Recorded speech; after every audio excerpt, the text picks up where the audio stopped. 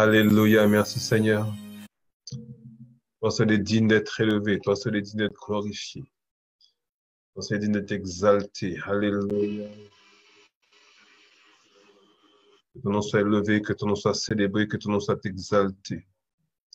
Merci Seigneur, alléluia. Oh, merci, merci mon roi de gloire. Tu es digne d'être élevé, Seigneur. D'être élevé. À tout point, tu es digne d'être exalté, Seigneur, mon Dieu. À tout point, tu es glorieux. À tout point, tu es glorieux. Digne d'être exalté, magnifié. Alléluia. Et merci ainsi, Seigneur. Oh, alléluia. Merci pour ce privilège de pouvoir encore nous rendre Dieu. Merci pour cette grâce, cet honneur de pouvoir parler du Seigneur, des choses de Dieu. Alléluia. Merci, Seigneur, tu es digne d'être élevé. Tu es digne d'être exalté, oh mon Dieu.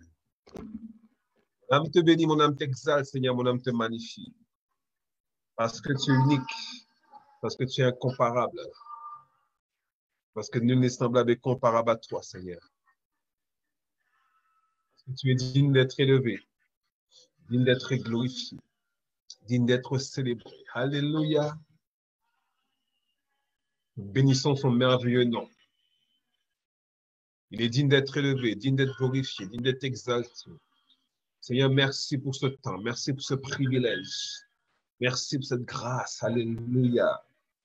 Nous te bénissons, Père, parce que tu permets que ta parole puisse être annoncée d'une manière ou d'une autre, Seigneur. Tu permets que nous puissions partager ta parole, Seigneur mon Dieu, avec tes enfants. Oh, béni soit ton glorieux nom, Père éternel. Et nous ne négligeons pas les petits commencements, Papa. Mais la fin d'une chose vaut mieux que le commencement, Seigneur. Nous nous attendons à toi chaque jour, chaque instant, Père. Tu es magnifique, tu es glorieux, Seigneur. Que l'évangile de Christ, mon Dieu, soit annoncé partout. Que le monde entende l'évangile de Christ, mon Dieu, ce merveilleux message, la bonne nouvelle du royaume des cieux. Nous te bénissons pour cela, Seigneur. Merci, Papa d'amour. Oh, que Christ soit élevé, Christ soit glorifié, Christ soit célébré, Seigneur, mon Dieu. Tu es digne d'être élevé en toutes choses, digne d'être glorifié, digne d'être célébré, Seigneur, mon Dieu. Nous te bénissons, nous te rendons gloire. Oh, alléluia. Merci, Seigneur. Tu es digne d'être élevé, Seigneur, mon Dieu. Merci pour ta bonté, merci pour ta grâce. Merci pour ta miséricorde, Père. Nous t'appartenons, Seigneur. Nous sommes tes enfants, nous t'appartenons, Seigneur, mon Dieu. Et en toute chose, Christ est digne d'être élevé, digne d'être glorifié, digne d'être célébré. Je me réjouis chaque fois de pouvoir rendre gloire à Dieu, de pouvoir célébrer son merveilleux nom. Alléluia, merci Seigneur, tu es glorieux. Et tu es digne d'être élevé, Seigneur, digne d'être glorifié, digne d'être magnifié. Alléluia, merci Seigneur. Oh, béni soit ton merveilleux nom. Bonjour à toutes celles et ceux qui sont déjà présents. Et bonjour par anticipation à toutes celles qui vont venir, toutes celles qui vont nous rejoindre d'une manière ou d'une autre, soit ce soir, soit durant la semaine. Nous voulons que Dieu soit glorifié en toutes choses. Nous voulons que Dieu soit exalté en toutes choses. Nous voulons que Christ soit glorifié, Christ soit magnifié. Alléluia. Nous voulons voir la manifestation du nom de Jésus dans ce lieu, dans cette nation, dans ces nations. Alléluia. Nous voulons voir que le nom de Christ soit magnifié puissamment, que les gens reconnaissent que Christ est Dieu, qu'il n'y a pas d'autre que lui. Alléluia. Alors merci Seigneur, merci pour ce qui se fait. Merci pour sa bonté, merci pour sa miséricorde, merci pour sa sainteté, merci parce qu'il est digne, merci parce qu'il est glorieux, merci parce qu'il est magnifique, merci parce qu'il est saint. Alléluia, merci Seigneur, tu es magnifique mon Dieu en toutes choses et tu es digne d'être élevé, tu es digne d'être glorifié et tu es digne d'être célébré. Merci, merci Seigneur. Alléluia, que ton nom soit élevé. Nous regardons à toi et à toi seul. Nous nous attendons à toi encore en ce jour. Nous attendons à toi chaque jour de notre vie, Seigneur. Nous attendons à ce que le Saint-Esprit touche nos cœurs, transforme nos vies. Alléluia. Nous attendons à ce que la révélation éclaire notre intelligence, nous rende intelligents pour comprendre, pour saisir les choses qui viennent d'en haut. Alléluia. Nous nous attendons à toi, Seigneur. C'est pourquoi nous avons besoin de ta sagesse, de ton intelligence, de ta capacité, Père, pour faire ce qui est juste. Alléluia. Nous te bénissons, nous te rendons gloire, Seigneur. Merci, merci, merci, merci, Seigneur. Alléluia. Alors nous sommes là parce que nous voulons réellement partager la parole de Dieu ensemble. Depuis que nous avons commencé ce 16 mai, nous sommes là parce que notre seule aspiration, c'est de faire en sorte que l'Église de Christ reçoive l'enseignement tel que Dieu veut que nous puissions leur annoncer. Alléluia. Que Dieu soit élevé, que Dieu soit glorifié. Paul a fait une prière à un moment donné. Il a demandé quelque chose au Seigneur. On peut voir ça dans Colossiens. Dans Colossiens, on peut voir ça. Colossiens chapitre 4. Donc, Colossiens chapitre 4, Paul dit quelque chose d'extraordinaire par rapport à l'évangile. Il dit, 4 à partir du verset 3, il dit, priez en même temps pour nous, afin que Dieu nous ouvre une porte pour que la parole, en sorte que je puisse annoncer le mystère de Christ. Il dit, je reprends, priez en même temps pour nous, afin que Dieu nous ouvre une porte pour la parole, en sorte que je puisse annoncer le mystère de Christ pour lequel je suis dans les chaînes et le faire connaître comme je dois en parler. Alléluia. Paul demande qu'on puisse prier pour cela, afin qu'il puisse annoncer la parole de Dieu, il puisse annoncer le mystère de Christ, le mystère de Christ. Cet évangile, cette bonne nouvelle, c'est le mystère de Christ. Et le faire connaître comme je dois en parler. Alléluia. C'est-à-dire que c'est l'évangile, il y a une manière d'annoncer l'évangile. L'évangile, c'est un message bien précis. Alléluia. Paul dit qu'il y a différents évangiles, mais si quelqu'un venait annoncer un autre évangile que celui que lui, il a annoncé, même si c'est un ange qui venait, parce que souvent les gens reçoivent des visitations angéliques, toutes sortes de visions, et Paul dit, si ta vision, si ton songe, si tout ce que tu reçois de qui que ce soit n'élève pas le nom de Christ, ne glorifie pas le nom de Christ et n'apporte pas une bonne nouvelle à tous ceux qui l'entendent, ceci n'est pas l'évangile. Alléluia. Et on a vu la dernière fois depuis plusieurs semaines, il y a l'évangile qu'on annonce pour que les gens viennent au Seigneur et l'évangile que tu dois vivre chaque jour dans ta vie afin que ce que Christ a prévu pour ta vie, que tu puisses l'expérimenter, que tu puisses le vivre. Alléluia. Et la question qu'on doit se poser, on a vu les semaines précédentes, oui, le salut est éternel.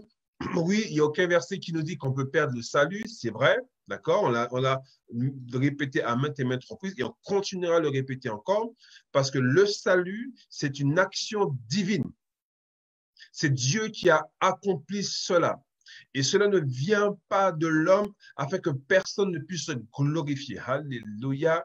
On a dit à maintes et maintes reprises, ce ne sont pas nos actions qui font que nous soyons sauvés.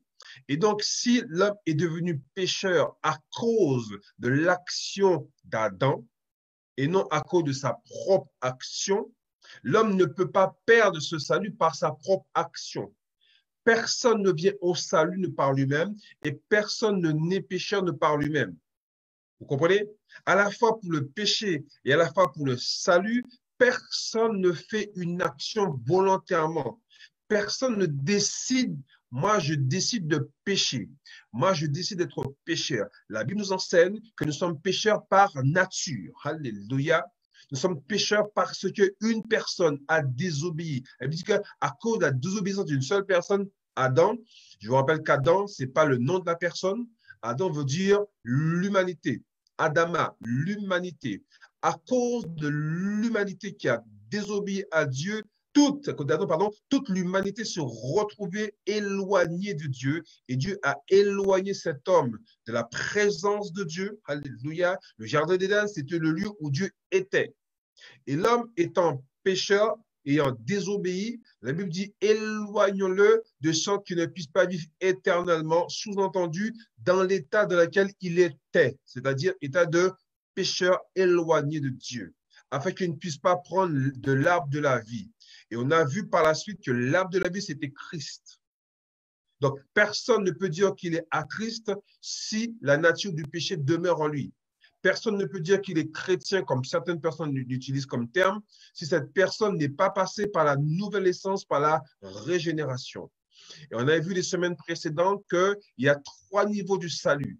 Il y a le salut au niveau de l'esprit, et c'est Dieu qui l'accomplit. Le salut au niveau de l'âme, ce qu'on appelle la sanctification. Et le salut au niveau du corps, ce qu'on appelle la glorification. Et c'est une action que Dieu va accomplir quand Christ viendra chercher son Église. Et depuis la semaine dernière, on s'est attaché à le salut de l'âme, la sanctification, et plus précisément, vivre le salut, la sanctification. Alléluia. Que la question qu'on peut se poser, oui, frère, c'est très bien. Nous sommes appelés à vivre éternellement avec Dieu, c'est vrai. On ne peut pas perdre son salut par nos actions parce que ce ne sont pas nos actions qui nous ont amenés à être sauvés. Donc, ce ne sont pas nos actions qui nous ont amenés à perdre le salut. C'est une action divine. Mais que dois-je faire maintenant? Quelle est mon attitude en tant qu'enfant de Dieu? Qu'est-ce que je dois faire? Quelles actions je dois mener en tant qu'enfant de Dieu? C'est la question qu'on peut se poser. On a vu la dernière fois que nous sommes appelés à mener une vie sainte. Pour 2 raisons. Premièrement, on a vu ça de Romains 6 à partir du verset 2. Premièrement, parce que nous ne sommes plus enfants du diable. La nature divine est en nous. Et parce que la nature divine, elle est en nous, nous devons nous comporter d'une manière divine. Et deuxièmement, nous marchons dans la sainteté. Pourquoi? Parce que par là même, nous ne donnons pas accès, alors on dit au diable, mais du moins accès aux pensées contraires à la pensée de Dieu. Alléluia. Je vous rappelle lorsque Jésus-Christ a repris Pierre, quand Pierre lui a dit, tu ne mourras point, il a dit, arrière de moi, Satan.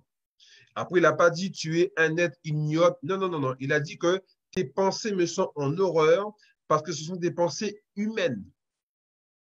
Donc, les pensées que Pierre avait laissées manifester à ce moment-là étaient des pensées humaines. Tandis qu'auparavant, lorsqu'il a dû tuer le Christ, c'était des pensées spirituelles. D'ailleurs, Jésus lui a dit que ce n'est pas la chair et le sang qui t'ont révélé cela, mais c'est mon Père qui est dans les cieux. Alléluia. Donc, nous voyons que dans une personne, il peut à la fois avoir des pensées qui sont spirituelles, dirigées par Dieu, et il peut aussi y avoir des pensées qui sont humaines, dirigées par les choses de la terre.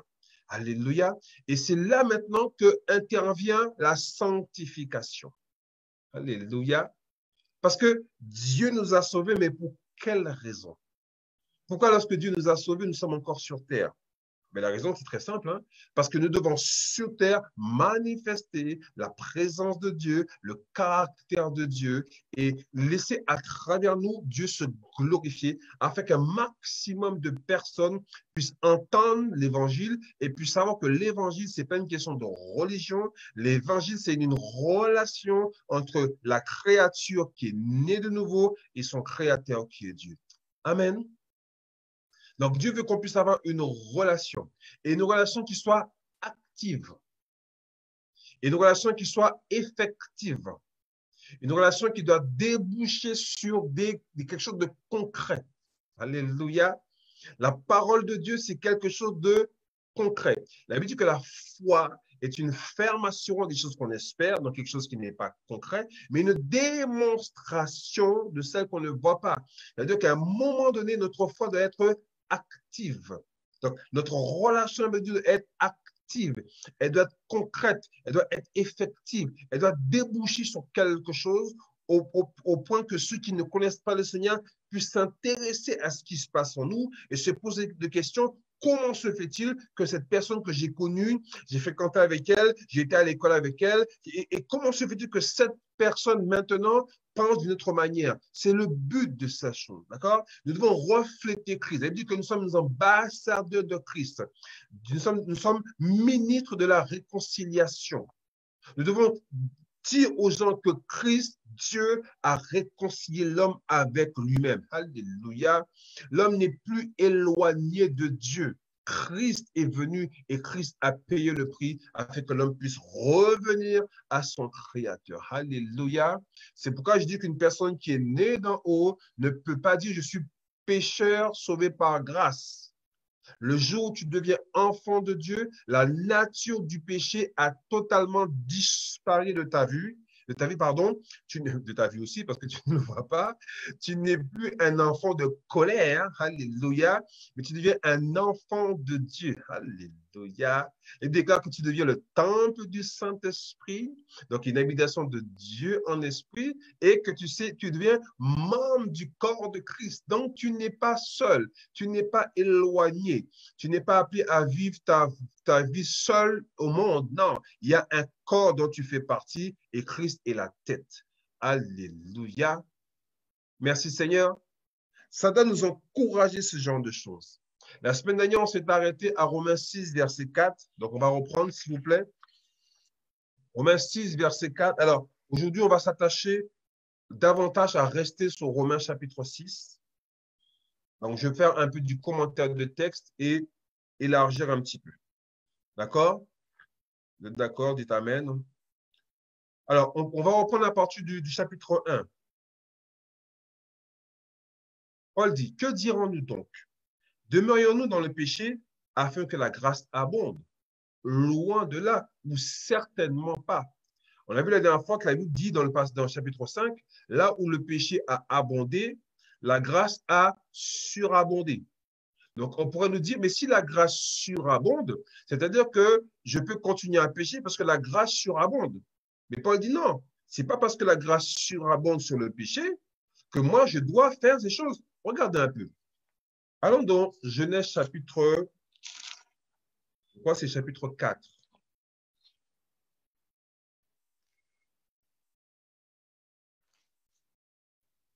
Genèse chapitre 4, à partir du verset 1. Vous allez voir que Dieu n'a pas changé. Le Seigneur n'a pas changé. À partir du verset 1, il dit, Adam connut Ève, sa femme. Elle conçut et enfanta Caïn. Et elle dit, j'ai formé un homme avec l'aide de l'Éternel. Elle enfanta encore son frère Abel. Abel fut berger et Caïn fut laboureur. Au bout de quelque temps, Caïn fit à l'Éternel une offrande des fruits de la terre. Et Abel, de son côté, en fit une des premiers-nés de son troupeau et de leur graisse.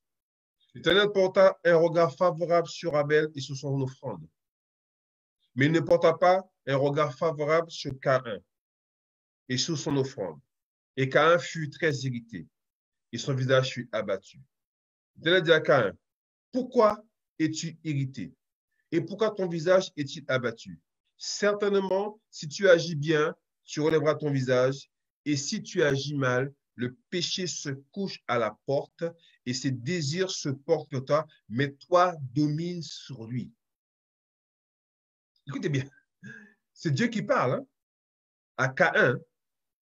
Caïn qui est né pécheur. Et Dieu lui dit, certainement, si tu agis bien, tu relèveras ton visage. Et si tu agis mal, le péché se couche à la porte de ton cœur et ses désirs se portent vers toi, mais toi domine sur lui. Donc, Dieu dit à Caïn, depuis Genèse chapitre 4, que Caïn pouvait dominer sur le péché. C'est une parole prophétique par anticipation. Ça veut dire que l'être humain, à l'aide de Dieu, parce que c'est Dieu qui parle. Donc Dieu transmet un message à Caïn, sous-entendu, si tu me fais confiance, si tu restes accroché à moi, si tu restes accroché à ce que je te dis, c'est comme quand Jésus a marché sur l'eau, et Pierre lui a dit, Seigneur, c'est toi, dis que je viens. Et le Seigneur a dit, viens. Et souvent on dit que le mot vient, donc c'est la révélation, et Pierre a marché sur la révélation. Et lorsqu'il a marché sur la révélation l'a préservé. Mais dès qu'il a porté son regard sur les flots qui étaient en mouvement, la Bible dit qu'il a commencé à couler. Parce qu'il a quitté son regard sur la révélation, sur la parole révélée, pour regarder aux circonstances. Et là, il a coulé. Et là, Dieu a vu ce qui était dans le cœur de Caïn. Il lui dit, attention, j'ai vu que dans ton cœur, il y a des mauvaises pensées. Mais il dit, attention, non, moi je te dis, Dieu, si tu agis bien, hein, le péché, il est là. Mais toi, domine sur lui.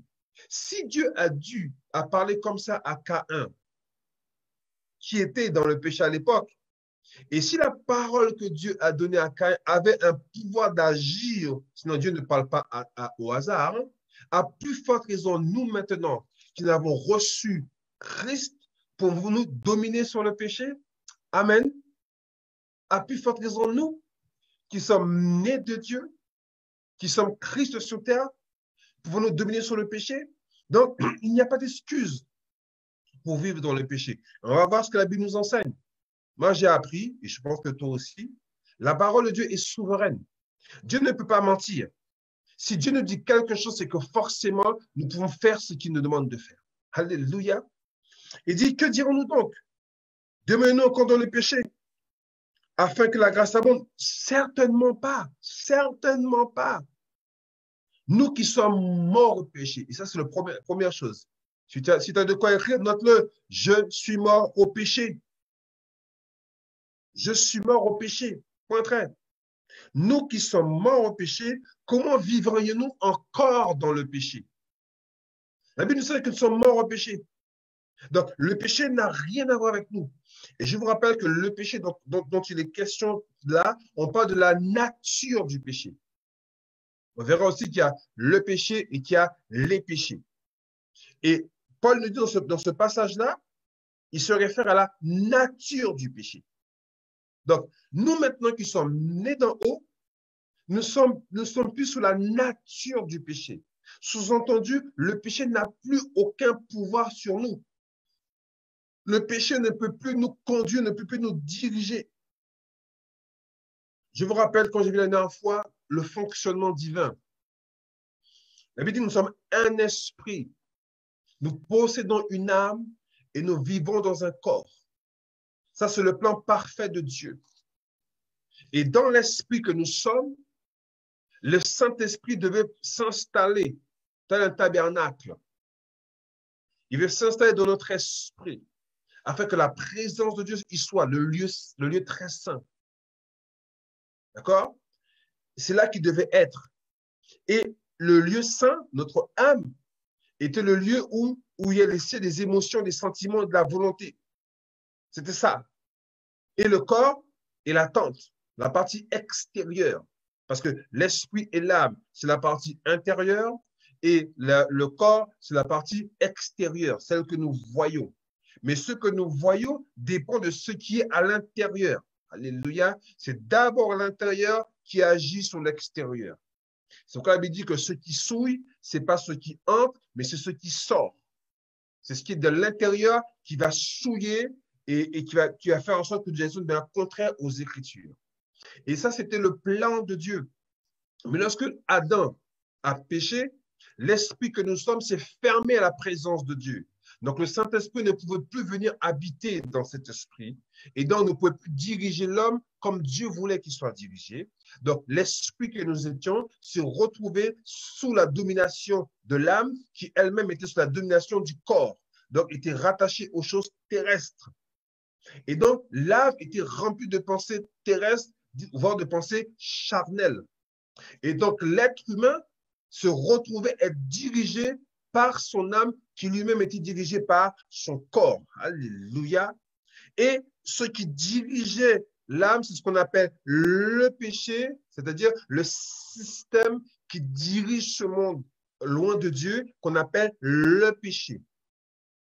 Donc, tout ce qui est contraire à Dieu. Elle dit que le péché, c'est quoi? C'est manquer le but, c'est transgresser la loi divine, faire le contraire de ce que Dieu a prévu. Ça, c'est ce qui est arrivé, les conséquences du péché. Le jour que nous revenons à Christ, qu'est-ce qui se passe? Notre esprit qui est toujours là. Notre esprit n'est pas mort, n'existe plus. Il est mort spirituellement. Donc, il est mort aux choses de l'esprit. Il n'est plus en contact avec l'esprit de Dieu. Mais il demeure, il existe. Le jour où nous recevons Christ, cet esprit-là, il reprend vie. Sous-entendu, la vie de Dieu, la vie Zoé, vient dans l'esprit de l'homme et l'homme reprend vie. L'homme est reconnecté à Dieu. L'homme reçoit de Dieu, ne serait-ce que la conviction qu'il est pécheur la conviction que Christ est mort pour lui, la conviction que Christ est mort et ressuscité pour lui. Et qu'est-ce qu'il fait? Il confesse de sa bouche Christ le Seigneur parce qu'il a reçu de Dieu la conviction par le Saint-Esprit, parce qu'il déclare que le Saint-Esprit viendra nous convaincre de péché, de justice et de jugement, parce que le monde ne connaît pas Dieu. Donc le Saint-Esprit convainc notre cœur et l'Esprit reprend vie. Alléluia. Mais l'âme et le corps, eux, n'ont pas bougé. L'âme est remplie et demeure remplie de pensées charnelles. Donc si tu ne le savais pas, le jour où tu reçois Christ, ton esprit est 100% divin et ton âme est 100% charnelle. Alléluia. Que tu veux, que tu ne veux pas, c'est comme ça. Et tout le travail de l'enfant de Dieu, c'est d'éliminer dans son âme toutes les pensées contraires à la pensée de Dieu par ce qu'on appelle le renouvellement de l'intelligence. Accepter la pensée de Dieu qui est dans notre esprit afin qu'elle puisse affecter notre âme, afin que nous puissions penser comme Dieu pense, avoir les mêmes désirs que Dieu, la volonté divine et que tout soit en accord avec la pensée de Dieu qui est dans notre esprit. Alléluia. Dis Amen si tu as compris cela. Et fatalement, quand notre âme est d'abord et lui complètement en accord avec notre esprit est complètement en accord avec la pensée de Dieu, notre âme devient en accord avec la pensée de Dieu, forcément notre corps va faire exactement ce que Dieu a prévu. C'est pourquoi, bien-aimé, tu n'as pas à martyriser ton corps, tu n'as pas à prendre des décisions, ouais, je vais arrêter ci, je vais arrêter ça. Non, bien-aimé, renouvelle ton intelligence. Accepte le fait que tu n'es plus pécheur par nature. Ça, c'est le premier point. Tu n'es plus pécheur par nature. Accepte cela. Ce n'est pas parce que le péché se manifeste dans ta vie, ce qu'on appelle les péchés, que tu es encore pécheur. J'aimerais que les choses soient bien claires, bien-aimés. Ce n'est pas parce qu'un péché se manifeste que tu dois te sentir tout de suite, ah, j'ai péché contre l'Éternel, j'ai péché contre Dieu. Non, bien-aimé, la nature du péché n'est plus en toi. C'est fini. Ça n'est plus en toi. Si tu pèches encore, bien-aimé, c'est à cause des péchés qui sont dans ton âme. C'est ce que moi j'appelle des liens d'âme. Le jour où tu viens à Christ, tous les liens spirituels sont coupés. Les liens ancestraux, les liens des tribus, les liens de toutes sortes d'origines ont été coupés. Parce qu'il ne peut pas avoir de cohabitation avec Dieu et Mammon, avec Dieu et les choses du monde, avec ce qui est sacré de ce qui ne l'est pas. Mais il ne peut pas avoir de cohabitation avec la pensée de Dieu et la pensée du monde au même endroit. Alléluia. Il y a une séparation claire et nette entre ce qui est de l'esprit et ce qui est de l'âme. Il y a une séparation. On ne peut pas revenir dessus. C'est acté, c'est clair. Alléluia. Que Dieu soit béni. Dieu. Et ça, c'est quelque chose que nous devons accepter. Nous devons accepter que le Seigneur a fait ce travail en nous et qu'aujourd'hui, bien-aimés, nous sommes du bon côté. Et aujourd'hui, j'aimerais que tu ne sois plus cet enfant de Dieu qui est toujours en train de se plaindre, qui est toujours en train de se voir comme quelqu'un de misérable parce que dans sa vie se manifestent encore des choses de son ancienne nature. Bien-aimé, tu n'as pas à te martyriser, tu n'as pas à te mortifier, je ne sais pas quel terme je peux employer, tu n'as pas à te faire toutes sortes de choses. Bien-aimé, non, change ta manière de penser. Amen. Change ta manière de penser. Accepte la pensée de Dieu qui est dans ton esprit et ton corps va se soumettre. Alléluia. Ce n'est pas une question de délivrance, ce n'est pas une question de jeûner toute la journée, ce n'est pas une question de prier toute la journée. Ce n'est pas ça, bien-aimé. Bien sûr qu'il faut jeûner, bien sûr qu'il faut prier, bien sûr qu'il faut leur s'habiller, mais tu le fais parce que tu es enfant de Dieu. Tu ne peux pas être plus libre que tu n'es libre déjà. Tu ne peux pas être plus sauvé que tu es déjà sauvé. Tu ne peux pas être plus béni que tu es déjà béni. Mais tu ne peux pas l'être plus. Le Seigneur dit que nous sommes bénis de toutes sortes de bénédictions spirituelles dans les célestes en Christ. Je ne peux pas te bénir dans le sens où te transmettre la bénédiction de Dieu. Tu es déjà béni de toutes sortes de bénédictions, non pas matérielles, non pas humaine, non pas tout ce que tu veux, de bénédiction spirituelle. Ce dont nous avons besoin, bien-aimés, c'est la bénédiction qui vient d'en haut. La Bible dit, recherchez les choses d'en haut où Christ est assis à la droite de Dieu. Et je te rappelle, si tu ne le sais pas, quand Christ est assis à la droite de Dieu, toi aussi tu es assis. Alléluia. La Bible dit que nous sommes ressuscités ensemble. Alléluia. On peut le relire si tu ne te rappelles plus de ce passage-là. Je pense que dans Colossiens, il me semble. Alléluia. Moi, si vous avez trouvé, c'est Colossiens, Éphésiens.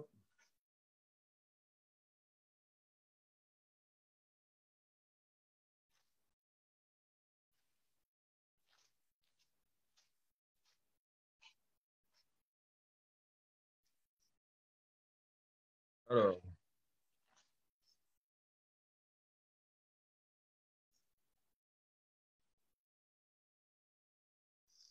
il y a un trou de mémoire, excusez-moi.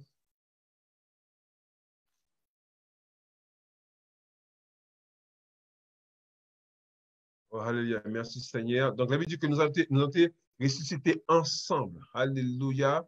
Donc, je suis ressuscité avec Christ. Ressuscité ensemble. Je suis ressuscité ensemble avec Christ. Et Dieu nous a mis dans les lieux, nous sommes dans les lieux célestes avec lui. C'est là où nous sommes, bien-aimés. Et là-dessus, il n'y a pas de discussion possible. Dieu l'a dit et c'est vrai. Moi, je crois ce que la Bible déclare. Alléluia. Nous sommes ressuscités ensemble avec lui. Éphésiens 2, verset 6, nous le dit. Je l'avais sous les yeux. Il dit, il nous a ressuscités ensemble dans les lieux célestes en Jésus-Christ. Alléluia. Où es-tu? Écris-moi, où es-tu? Où es-tu assis? Dis-moi où es-tu assis. Je te dis que tu es assis dans les lieux célestes avec Christ. C'est là où est ta place. Ta place est dans les lieux célestes avec Christ. C'est là où tu es. Alléluia. C'est pas merveilleux de savoir cela? Tu es assis dans les lieux célestes avec Christ. Tu n'es pas sur terre. Non. Sur terre, c'est le lieu où Dieu nous a envoyés, nous a commissionnés. Il nous a commissionnés pour pouvoir exercer un ministère sur terre. C'est là que Dieu nous a envoyés sur la terre pour qu'on puisse le représenter. Mais notre véritable adresse, c'est pas où j'habite ici en métropole. Mon adresse véritable, c'est dans les lieux célestes. C'est là que je réside. Je suis résident des cieux. C'est ce que la Bible m'enseigne. Et je le crois, je l'accepte, bien-aimé. Alléluia. Il dit maintenant, verset 2 de Romains 6, il dit, loin de là, certainement pas. Nous qui sommes morts au péché, comment vivrions-nous encore dans le péché? Donc, tu es mort au péché. C'est-à-dire que le péché n'a plus aucun pouvoir pour t'attirer. Je vais lire la parole vivante. Vous allez voir ce qu'il est dit dans la parole vivante. C'est pas cette Bible-là. D'accord? Il est dit, verset 2, certes non, puisque nous sommes morts au péché, nous n'existons plus pour lui. Comment pouvons-nous encore vivre son empire? C'est-à-dire que, c'est une bonne nouvelle, même le péché ne te connaît pas. Le péché ne te connaît plus. Coucou. Le jour où tu es né de Christ, le système qu'on appelle le péché ne te connaît plus parce que tu n'es plus sous son empire. Tu as été transporté dans le royaume du Fils de son amour. Il ne te connaît plus.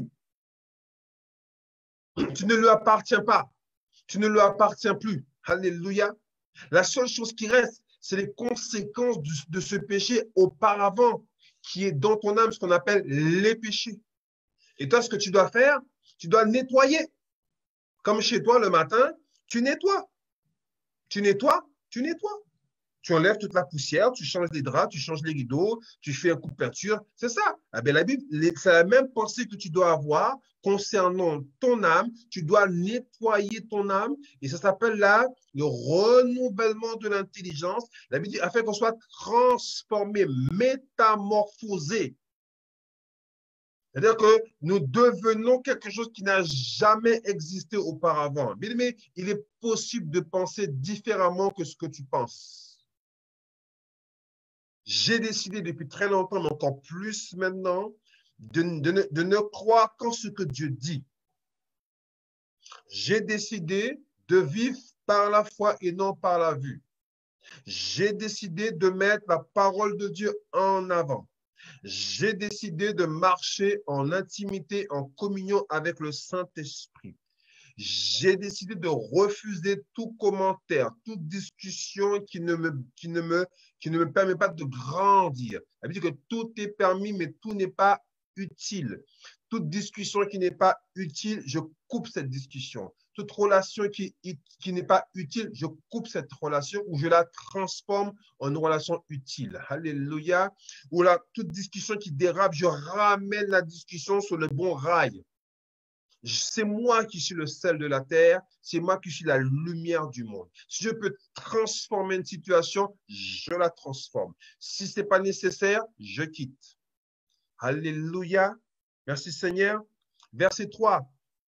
Il dit, ignorez-vous. Donc là, on parle de connaissance. Il dit, ignorez-vous que nous tous qui avons été baptisés en Jésus-Christ, c'est en sa mort que nous avons été baptisés.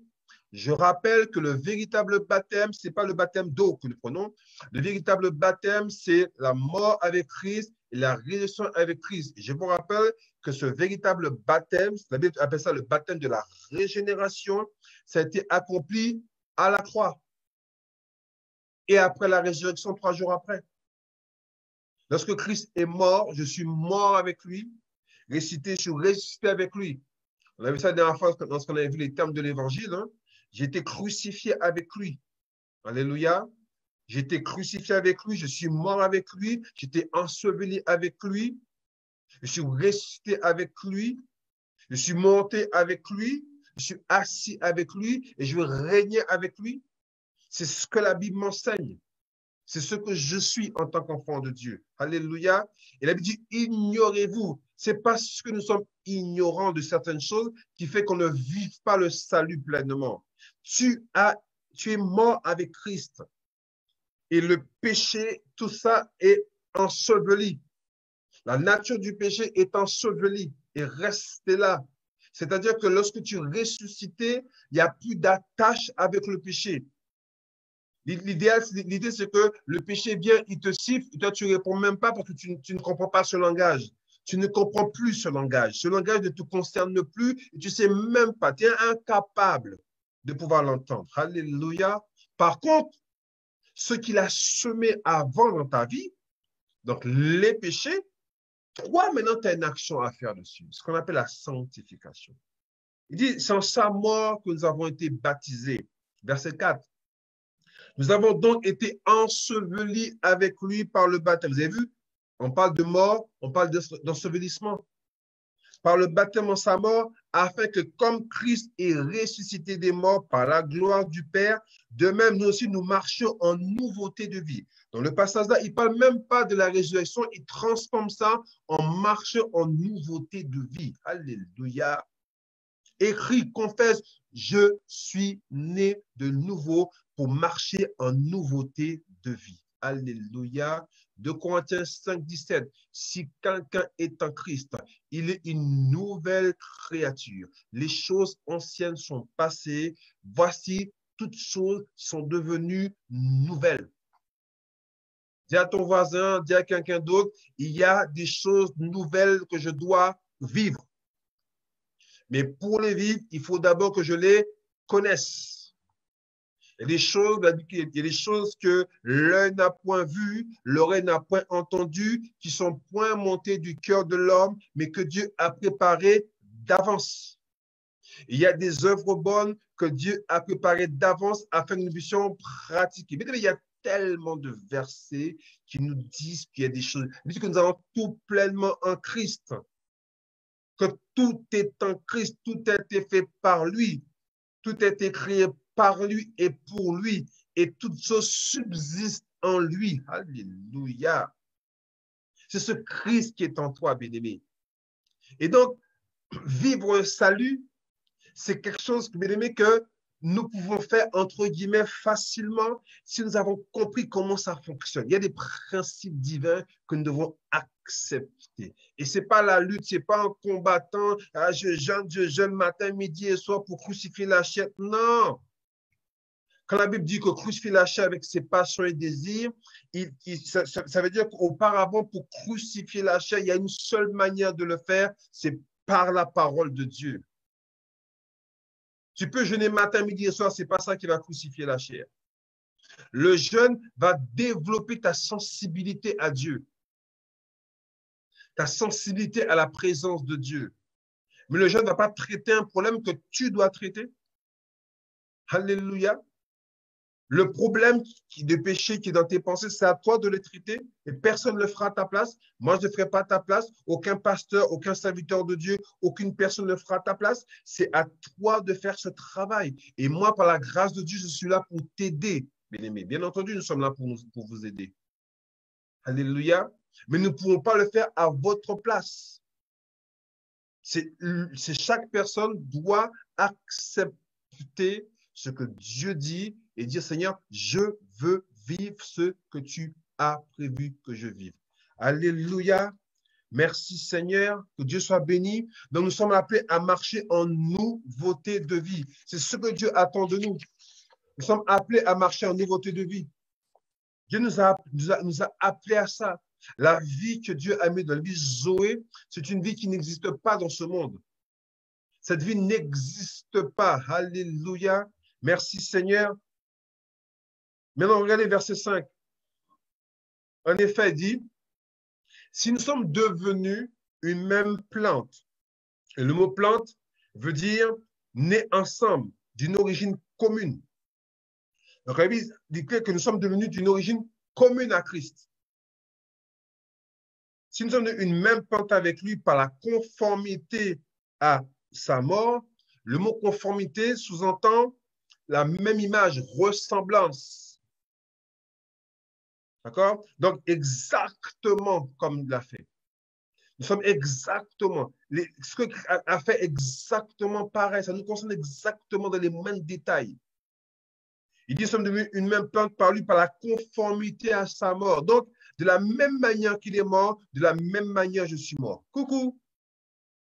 La même manière que Christ est mort, la même manière que moi je suis mort. Alléluia. Il dit, si nous sommes devenus une conformité à sa mort, nous le serons aussi par la conformité à sa résurrection. De la même manière qu'il est mort et que moi j'étais présent dans sa mort, parce qu'il est mort à ma place, il était un substitut, d'accord? L'agneau immolé, il a pris ma place. De la même manière qu'il est mort à la place, de la même manière il est ressuscité. Je suis ressuscité avec lui. Alléluia. La victoire que Christ a acquise, je l'ai acquise moi aussi. Moi aussi, pardon. Alléluia. Exactement. Quand il dit que le Fils de l'homme est venu pour détruire les œuvres du diable, moi aussi, j'étais présent. Lorsque Christ a détruit les œuvres du diable, j'étais présent, moi aussi, pardon. J'étais là. Parce que Christ a pris ma place en tant qu'être humain. Donc, toi qui m'écoutes, quand Christ était là pour détruire, il était présent, il était là, j'étais là aussi. Et la même victoire qu'il a acquise, je l'ai acquise. Coucou! Cette victoire que Christ a acquise, moi aussi, je l'ai acquise. Ce triomphe que Christ a acquis, je l'ai acquis. Moi aussi, j'ai triomphé de l'ennemi. Alléluia. De même qu'il a dit à Caïn que tu peux dominer sur le péché, moi, j'ai dominé sur le péché, parce que quand Christ a vaincu le péché, j'étais présent avec lui. Alléluia. Parce qu'il a pris la place de l'humanité. Amen. Donc, j'insiste sur la sanctification. Je présente la sanctification en parlant de la victoire sur le péché, parce que souvent, on passe notre temps à enseigner sur le péché, le péché, le péché. On a l'impression que l'enfant de Dieu, c'est quelqu'un qui est sous une domination, que l'enfant de Dieu ne peut pas vaincre ceci, cela. Et on lui dit que pour vaincre ça, il faut faire une offrande ceci, offrande de cela. Auparavant, dans l'ancienne alliance, oui, il y avait des offrandes de culpabilité, il y avait toutes sortes d'offrandes. En Christ, ça n'existe plus, cela. Elle dit que Jésus est le nom qui est au-dessus de tout nom, qui peut se nommer dans les cieux, sur la terre et sous la terre. Ça veut dire que le nom de Jésus est au-dessus de toute maladie, au-dessus de tout lien qui puisse exister, s'il y en a encore, au-dessus de toutes choses qui pourraient te perturber. Le nom de Jésus est au-dessus de ça. Et quand tu reçois Christ, ce nom est aussi en toi. Cette victoire que Christ a acquise, tu l'as acquise aussi. Alléluia. C'est ce que tu es, bien-aimé. Et c'est ça la bonne nouvelle du royaume des cieux. C'est l'évangile de Christ, un point, c'est tout. Parce que pourquoi un point, c'est tout? Parce qu'il n'y a pas d'autre message. Je ne peux pas dire à quelqu'un que le péché va dominer sur toi. Si tu ne donnes pas ta dîme, tu seras encore pécheur. Si tu ne pries pas assez, le péché va t'écraser. Non, bien-aimé, c'est entièrement faux. Alléluia. Prenons, s'il vous plaît, un passage dans Galates 5, verset 1.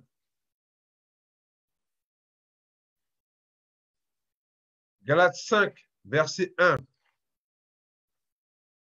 Alléluia. Écoutez ce qu'il est dit.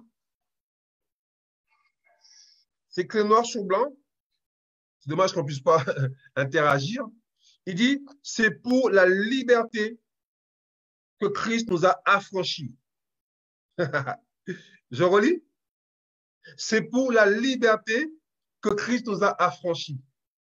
Je relis encore une fois, ça me fait plaisir. C'est pour la liberté que Christ nous a affranchis. C'est pour la liberté que Pascal a été affranchi. C'est pour la liberté que Marie-Louise, que Véronique, que Smeto, que Agnella, que toutes les personnes que je connais ont été affranchies. Tu as été affranchi pour la liberté. Mais la question, est-ce que tu vis cette liberté? À l'époque de l'esclavage, lorsque l'édit a été nommé que les esclaves ont été affranchis, il y a certains propriétaires qui n'ont pas transmis l'information aux esclaves. Donc, ils étaient affranchis et pourtant, ils n'étaient pas libres. La Bible dit bien, c'est pour la liberté que tu as été affranchi. Donc, tu peux être affranchi et tu n'es pas libre. Ou du moins, tu peux être affranchi et tu ne vis pas la liberté. Donc, le Seigneur te dit, c'est pour la liberté que tu as été affranchi. Tu n'as pas été affranchi pour être esclave. Coucou. Tu n'as pas été affranchi pour être lié. Coucou. Tu n'as pas été affranchi pour être sous le joug de l'homme, de qui que ce soit. Bien-aimé, sois libre, s'il te plaît. C'est pour la liberté que tu as été affranchi. Alléluia. Là où est l'Esprit du Seigneur, là est la liberté. Si tu es enfant de Dieu, si l'Esprit de Dieu est en toi, tu es appelé à vivre une pleine et une totale liberté. Dis Amen, s'il te plaît. C'est pour la liberté que tu as été affranchi. Tu n'as pas été affranchi pour faire ce que tu veux. Tu n'as pas été affranchi pour être encore sous l'esclavage de qui que ce soit. Si quelqu'un te dit, il faut faire ci, il faut payer ceci, il faut faire ci pour être sauvé, c'est pas vrai, bien-aimé. Je te dis que ce n'est pas vrai. Je te dis que ce n'est pas vrai. Si quelqu'un te dit que pour être libéré, il faut faire ceci, il faut faire cela, moi, je te dis que ce n'est pas vrai. Je te dis que ce n'est pas vrai. Il n'y a rien de ce que tu fais qui te rendra plus libre que tu es déjà libre. Alléluia. Christ t'a affranchi pour une totale liberté. Vis cette liberté, s'il te plaît. Accepte cela. Accepte que Christ t'a totalement libéré. Alléluia. Par contre, maintenant, le verset 13, il te dit quelque chose. Il dit, oui, certes, frère, vous avez été appelés à la liberté. Seulement, ne faites pas de cette liberté un prétexte pour vivre selon la chair, mais rendez-vous par la charité salutaire les uns des autres. Il dit, mais ce n'est pas parce que tu es libre que tu peux faire ce que tu veux. Non, nous sommes libres dans le sens, il n'y a plus rien qui peut nous empêcher de vivre la totale liberté en Christ. Coucou. Le jour où tu es né d'en haut, le jour où tu es né de Christ t'a totalement affranchi. Tu n'es plus sous aucun esclavage. Alléluia. J'aimerais que le monde entier entende cette parole. J'aimerais que le monde entier entende. Si toi, tu es là, partage ce message, s'il te plaît. Si tu connais des frères et sœurs qui sont encore sous l'esclavage, qui se sont encore, envoie-leur ce message, envoie-leur ce lien. Partage cela avec eux, s'il te plaît. Il faut que les gens entendent un message de liberté. Et ce n'est pas la liberté pour faire ce qu'on veut, bien-aimé. J'ai expliqué, j'ai dit plusieurs fois l'exemple. Si tu es marié et ta femme te dit, chérie, quel que soit ce que tu fais, je t'aimerai toujours. Tu peux faire tous les 400 coups, tu peux faire tout ce que tu veux, je t'aimerai toujours. Et toi, en remerciement de cette déclaration d'amour de ta femme, de ton mari, qu'est-ce que tu fais dès le demain? Tu vas commencer à pécher, tu vas commencer à la tromper matin, midi et soir, tu vas commencer à avoir un comportement totalement désagréable envers elle. C'est pas possible, ça, humainement parlant. Donc, Christ est mort pour nous. Christ nous a affranchis librement, sans que toi et moi, on n'a rien à payer, ce qu'on appelle la grâce. Et moi, pour remercier Christ d'être mort à ma place, dès demain, je pêche comme jamais j'ai péché auparavant.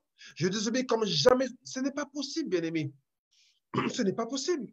C'est quand Paul te dit, c'est pas parce que tu es libre, tu dois faire n'importe quoi. Non. À partir du moment où je suis libre en Christ, ma vie, c'est Christ. Ma vie, c'est Christ. Christ est une vie. Alléluia. Christ, c'est une personne, mais Christ, c'est aussi une vie à vivre. Je suis en relation avec mon épouse. C'est pour vivre avec elle cette vie d'amour que Dieu nous appelle à vivre. Ce n'est pas pour la tabasser, la malmener tous les jours pour dire tu m'aimes, ferme ta bouche. Non, ce n'est pas ça. Donc, ça veut dire que Christ est mort pour moi d'ici. Oh, moi, je t'ai rien demandé, d'accord? Moi, je t'ai rien demandé. Tu es mort pour moi, c'est très bien, c'est super. Mais moi, je t'avais rien demandé. Laisse-moi vivre ma vie telle que je l'ai vue. Une personne qui pense comme ça, c'est une personne qui n'est pas née d'en haut. Coucou. Si tu entends une personne qui parle comme ça, c'est une personne qui n'est pas née d'en haut. Quelqu'un qui est né d'en haut, quelqu'un qui a l'esprit de Dieu ne peut pas penser comme ça, bien-aimé. Je n'ai aucun plaisir à désobéir à Dieu. Quel plaisir j'aurais à désobéir à Dieu, bien-aimé? Il n'y a pas de plaisir dans ce monde. Le plaisir, il est en Christ. Alléluia. La joie du Seigneur est ma force. C'est-à-dire que si la joie du Seigneur est ma force, la joie du monde est faiblesse. Alléluia. Ça te rend pas heureux, ça? Moi, je suis tellement heureux d'entendre ça. Ça me réjouit, bien-aimé. Ça me réjouit. Alléluia. Regardez ce que Jésus disait dans Jean 8, verset 34. Il dit, en vérité, je vous le dis, quiconque se livre au péché est esclave du péché. Et verset 36, il dit, si donc le Fils vous a franchi, vous serez réellement libre. Il dit, vous serez réellement libre, hein, parce qu'il n'est pas encore accompli cela. Et maintenant, reprenons ce même passage. Depuis que Christ est venu, le Fils vous a affranchi et vous êtes réellement libre. Coucou. Quand Christ n'était pas encore mort, il a dit, si donc le Fils vous a franchi, vous serez réellement libre. Maintenant que Christ a accompli cela, il m'a affranchi, c'est acté. Donc, une action qui a débuté dans le passé et qui continue à agir dans le présent, passé composé. Et maintenant, il dit, vous serez réellement libre. Donc, je suis réellement libre. Donc, si quelqu'un me dit, pour vivre une liberté, je dis non, frère, je suis libre en Christ. Et tellement je suis libre en Christ, je vais apprendre à l'aimer. Je vais apprendre à marcher en intimité avec lui. Je vais apprendre à laisser mes pensées être totalement renouvelées par la parole de Dieu. Je ne vais pas accepter des dogmes qui me rendent esclave. Je ne vais pas accepter une soumission humaine qui me rend esclave. Bien aimé, je respecte chaque personne. Je respecte tout un chacun. Mais bien aimé, personne n'a été appelé à mettre quelqu'un sous quelque condamnation que ce soit. Hein? Regardez, Romains 8, verset 1 nous le dit. Moi, je parle avec la parole de Dieu. Romains 8, verset 1 nous dit quelque chose de très, très bien. Écoutez bien. Il dit, il n'y a donc maintenant ou désormais aucune condamnation pour ceux qui sont en Jésus-Christ. Il n'y a plus aucune condamnation pour ceux qui sont en Jésus-Christ. Pourquoi? Parce que Christ a pris notre place. Alors, ne prends pas ce passage-là pour dire, OK, comme je ne peux pas être condamné, non.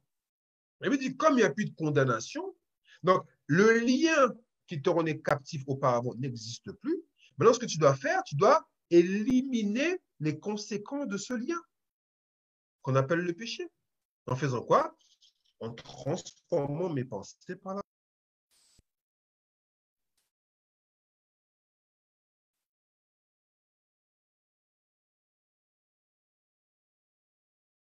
Et je veux que le maximum de personnes puissent entendre ce message-là. Je ne suis pas là pour faire une promotion de Pascal, ce n'est pas ce qui m'intéresse. Je vais faire une promotion de Christ. Je veux promouvoir l'évangile de Christ.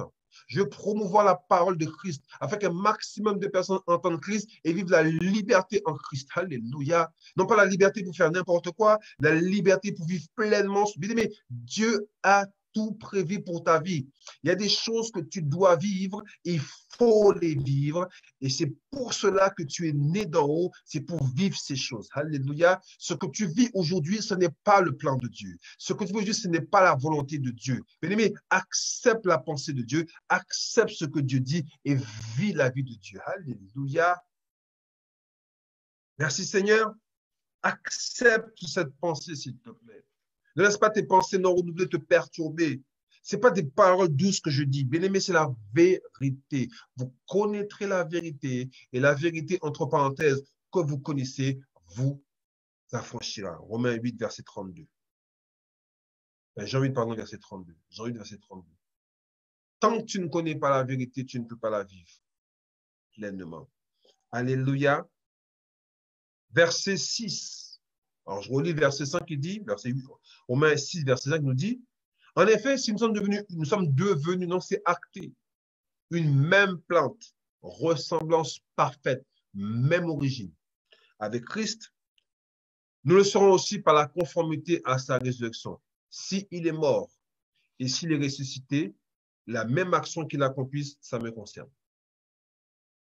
Sachant que, et là, on va s'arrêter sur ce passage-là, sachant que notre vieil homme a été crucifié avec lui, afin que le corps du péché fût détruit, pour que nous ne soyons plus esclaves du péché. Bien-aimé, écris ça bien.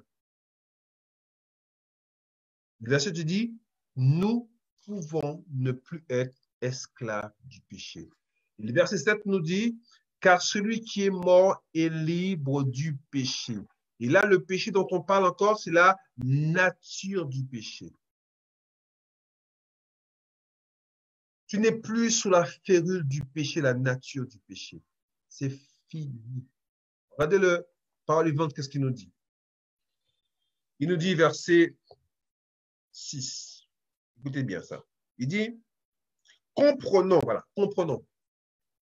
Donc, que l'homme que nous étions autrefois a été cloué à la croix avec le Christ. C'est-à-dire que si tu veux connaître Pascal,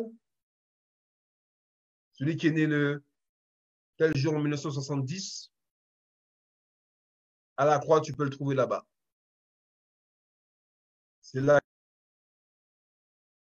Et le jour qu'il a reçu Christ en septembre 96, il a revêtu Christ. Ou du moins, il a reçu la capacité pour revêtir Christ. Et donc, l'ancien Pascal, il est là-bas, à Golgotha. Si tu veux le trouver, va là-bas. Moi, je n'en veux pas. Il dit, afin que le péché soit réduit à l'impuissance, la nature du péché à l'impuissance. C'est-à-dire que le péché ne peut plus te diriger. Il ne peut plus t'influencer. Il dit, et que le corps, instrument docile du péché, soit neutralisé. C'est-à-dire que le Seigneur a fait en sorte que le corps dans lequel tu es là peut se soumettre à ta volonté qui est renouvelée. Le fait que tu sois enfant de Dieu aujourd'hui, le corps peut se taire. Coucou. Le corps peut se soumettre à toi. Et ne prenez pas le verset où il est écrit, la chair est faible, l'esprit est bien disposé. Pour dire, frère, c'est difficile. Christ a dit ça, il n'était pas encore mort pour toi, s'il te plaît. Et il a parlé de ce cas-là dans le cas de la prière, où ces hommes, Pierre s'était endormi. Il ne parle pas de la vie en Christ parce qu'il n'était pas encore mort. Donc, ce verset n'a rien à voir avec ce qu'il dit là. Oui, frère, tu sais, la chair est faible. Non, non, non, non, non. La chair est peut-être faible, mais moi, la Bible déclare que moi, en tant qu'enfant de Dieu, j'ai autorité sur ma chair. Donc, si j'ai autorité sur ma chair, je peux rendre ma chair forte. Coucou. Je peux entraîner ma chair Voilà. C'est moi qui décide. Si je veux prier, mon corps me dit, je suis fatigué, dis-toi, tu te tais, on y va, on prie. C'est moi qui décide. Avant, non. Maintenant, je suis né devant, c'est moi qui décide. D'accord? La chair est faible, oublie ce passage, s'il te plaît. David, qu'on n'a pas reçu un esprit de faiblesse, mais un esprit de force. La chair est faible. Tu n'es pas faible, s'il te plaît. Tu es né d'en haut. Christ est fort en toi. Dieu est fort en toi. Le Saint-Esprit est fort en toi, s'il te plaît. Là où il y avait de la faiblesse, la force de Dieu est venue prendre le dessus. Alléluia. Il dit, afin que le péché soit réduit à l'impuissance et que le corps instrument docile. Donc, c'est-à-dire que si tu te soumettais, avant d'être à Christ, le corps faisait tout ce que le système qu'on appelle le péché décidait. Et on voit, regardez ce qui se passe autour de nous. Pour que le mal n'ait plus de prise sur nous et que nous n'ayons plus besoin d'obéir comme des esclaves à ses sollicitations. C'est fini. Est mort et quitte envers le péché. Il est dégagé de sa responsabilité. Le mal, a beau l'appeler, il ne répond plus. Alléluia.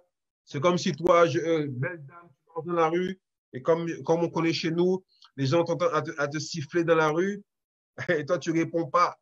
Mais c'est pareil. Le diable t'appelle, enfin, les mauvaises pensées charnelles, les incitations, toi, tu ne réponds même pas. Je suis né d'en haut. Alléluia. Et pour finir, on va prendre le verset Romains 12, verset 2, qu'on verra peut-être la semaine prochaine. Il y a tellement de choses à dire sur ça que je vais prendre mon temps. Je ne vais pas me précipiter, bien-aimé. Je vais prendre de voir les enfants de Dieu qui sont faibles. Je ne veux plus de voir les enfants de Dieu qui vivent dans la frustration. Je veux plus voir les enfants de Dieu qui vivent dans la domination, qui ont du mal à abandonner non pas le péché, mais les péchés qui habitent. Ça peut être des péchés d'ordre sexuel, ça peut être des péchés d'ordre caractériel, tu es toujours énervé, tu es toujours en colère, tu es toujours cela. Ce n'est pas possible si tu es né d'en haut. Il y a une possibilité pour que tu vives le caractère de Christ. La Bible dit que le fruit de l'Esprit est en nous. Alléluia. Romains 12, verset 1 et 2 nous dit, je vous exhorte donc, frères, par les compassions de Dieu, à offrir vos corps comme un sacrifice vivant, saint, agréable. C'est à toi de faire ce travail-là, ce n'est pas Dieu qui le fera à ta place. Ce qui sera de votre part un culte raisonnable. Le culte raisonnable, c'est de se donner à Dieu pleinement. Ce n'est pas de se rendre dans un lieu qu'on appelle le culte, c'est de se donner à Dieu pleinement. Pour faire quoi? Verset 2, ne vous conformez pas au siècle présent, le Dieu de ce siècle, la pensée de ce monde, mais soyez transformés par le renouvellement de l'intelligence afin que vous discerniez quelle est la volonté de Dieu, ce qui est bon, agréable et parfait. Ça veut dire qu'il y a une volonté qui existe et toi, tu dois la découvrir. Et comment la découvrir? En transformant tes pensées. J'ai la parole vivante et après on va s'arrêter là. Il est dit, je vous demande donc, frères, à cause de la bonté que Dieu vous a témoignée, de lui consacrer votre être tout entier, esprit, âme et corps. Que votre corps, vos forces et toutes vos facultés soient mises à sa disposition comme une offrande vivante, sainte et qui plaise à Dieu. Voilà ce que tu dois faire, t'offrir pleinement au Seigneur. C'est là le culte spirituel qui a un sens, un culte logique conforme à ce que la raison nous demande, la raison qui renouvelle, bien entendu. Ne vous coulez pas simplement dans le moule de tout le monde. Ne conformez pas votre vie aux principes qui régissent le siècle présent. Ne copiez pas les modes, les habitudes du jour. Laissez-vous plutôt entièrement transformer par le renouvellement de votre mentalité. Adoptez une attitude intérieure différente. Donnez à vos pensées une nouvelle orientation afin de pouvoir discerner ce que Dieu veut de vous. Ainsi, vous serez capable de reconnaître ce qui est bon à ses yeux, ce qui lui plaît et qui vous conduit à une réelle maturité. Bien-aimés, vivre le salut, la sanctification, il est possible. Et non pas il est possible, il est notre devoir de vivre une vie de sanctification. Et quand je parle de vie de sanctification, c'est une vie où on vit en accord avec la pensée de Christ. Alléluia. Père, je prie, Seigneur mon Dieu, que la parole qui est enseignée ce soir, Seigneur, puisse vraiment toucher les cœurs. Je prie, Seigneur mon Dieu, que les pensées soient vraiment... Je prie, Seigneur mon Dieu, que tu rendes chacun d'entre nous capable de faire cette action de renouvellement de l'intelligence. Que chacun d'entre nous apprenons à nous consacrer pleinement à la parole de Dieu, Seigneur, afin que nos pensées soient totalement transformées. Te bénissons notre Père, nous disons merci, Seigneur, et que Christ soit béni et glorifié dans le nom de Jésus. Amen. Je vous dis merci. Bonne soirée. Réécoutez ce message. Reprenez les versets. Je vous les transmettrai aussi. Et s'il y a des questions que vous voulez poser, n'hésitez pas à m'envoyer un message sur Facebook. Je ferai un réel plaisir à vous répondre. Que Dieu vous bénisse. Que Dieu vous bénisse, pardon. À samedi prochain.